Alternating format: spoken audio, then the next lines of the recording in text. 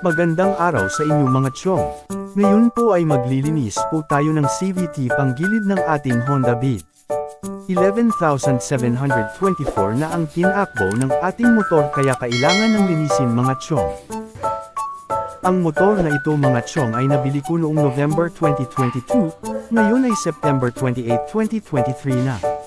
As you can see mag-iisang taon na itong motor na ito sa akin, at ngayon ko palang bubuksan ang panggilid nito, kaya sariwang-sariwa pa ito mga tiyong. Gagamitan natin ng power tools mga tiyong, para mabilis at magaan ang gagawin nating pagluwag at paghigpit ng mga bolts mga tiyong.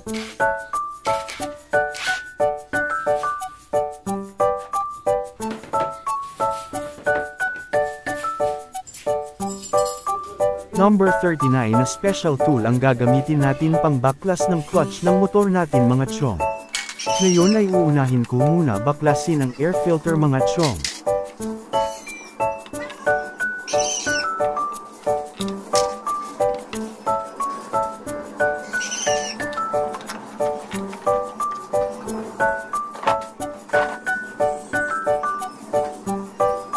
Kasunod naman ang crankcase cover mga tiyong.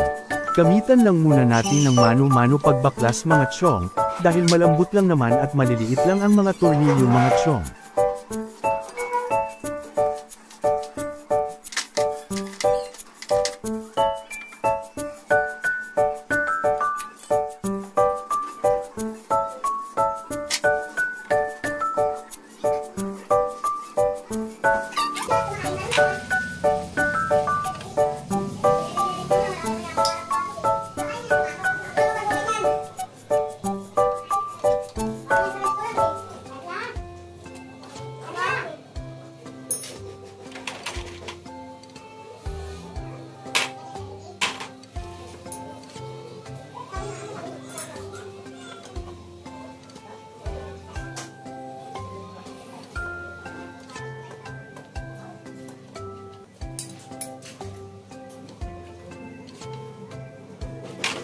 Para matanggal ang crankcase cover mga tiyong, kailangan natin puwersahin pababa ang kickstart.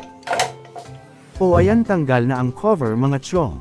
As you can see, hindi naman masyado marumi ang loob mga tiyong, pero kailangan na din talaga linisin para maganda ang performance ng motor natin mga tiyong.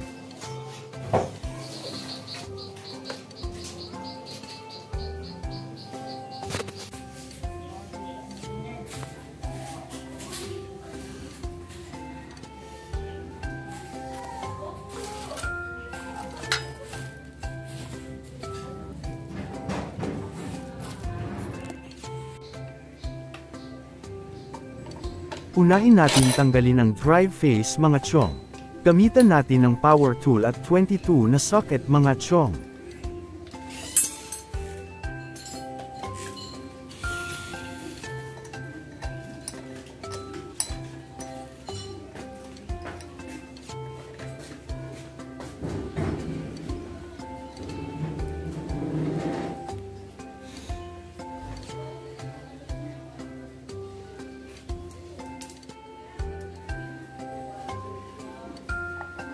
Ayan natatanggal ko na, madali lang pala mga tiyong kahit first time ko palang magbaklas nito. Napaka-easy lang mag-DIY CVT clean ng mga tiyong.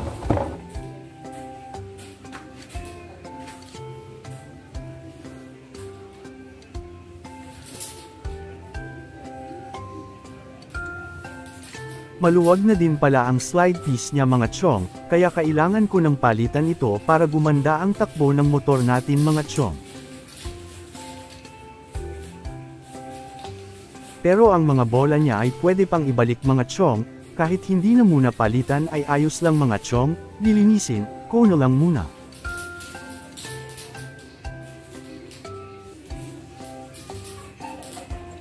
Pero ang slide piece ay kailangan na talaga palitan mga tiyong dahil sobrang luwag na, at kusa na siyang natatanggal mga tiyong.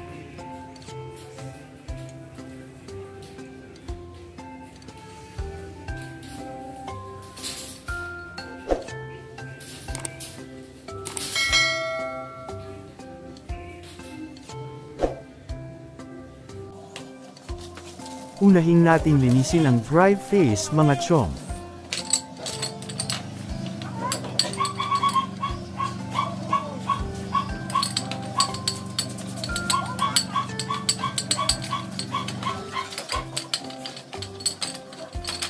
Maganda pa at wala pang pudpud ang ating drive face mga chong, kaya pwede pa ito kahit maka-4 na taon pa ito.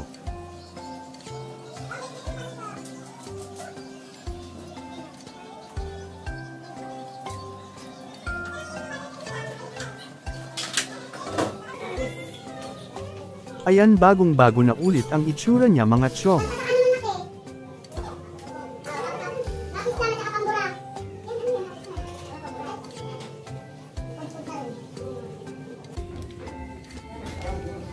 Pumili na din ako ng bagong slide piece sa Honda Casa, pamalit sa ating luma at maluwag na slide piece mga chong.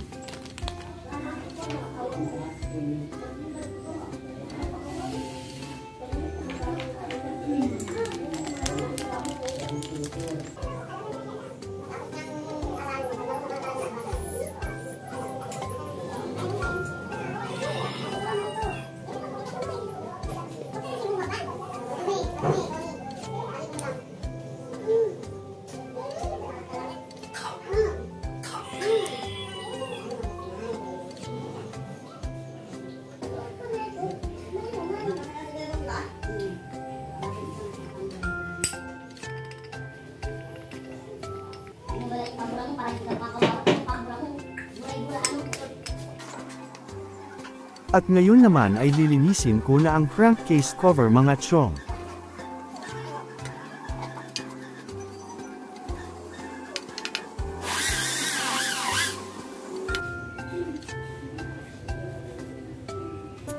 Ayan, okay na siya, mukhang bagong-bago na uli mga chong, parang galing sa pabrika. Anong masasabi niyo mga chong? Sunod naman natin baklasin ang torque drive mga chong, number 19 ang socket niya. At gagamitan natin uli ng power tool para madali matanggal ang knot mga chong.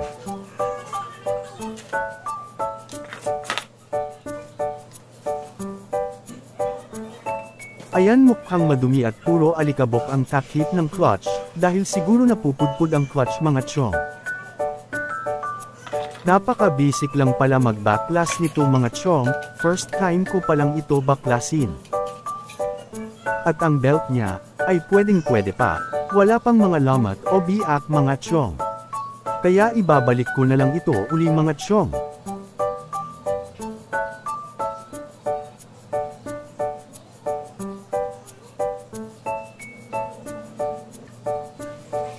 Ngayon naman ay baklasin na natin ang clutch mga chong, para malinisan na natin ito. At gagamitan uli natin ang power tool at ang special tool natin na 39 na socket.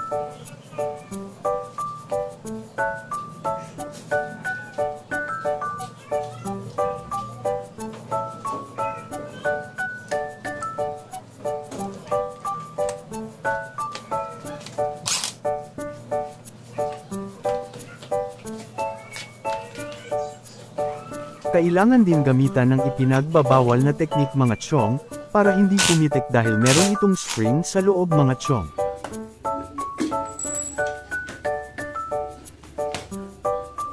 Ayan, mukhang okay pa ito mga chong, konting linis lang ito mga chong.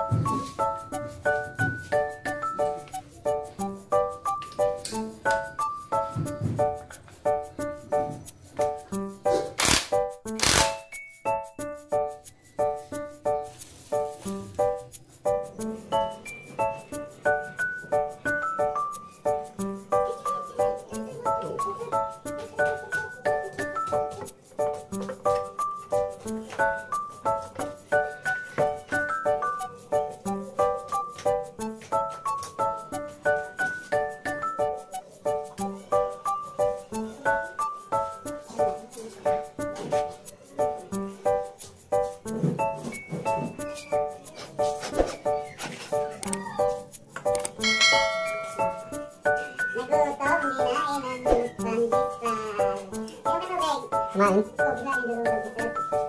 Ayan, kasi minsan pinapakong yung pagkain mo. Ano ka tubig? Ano tubig mo?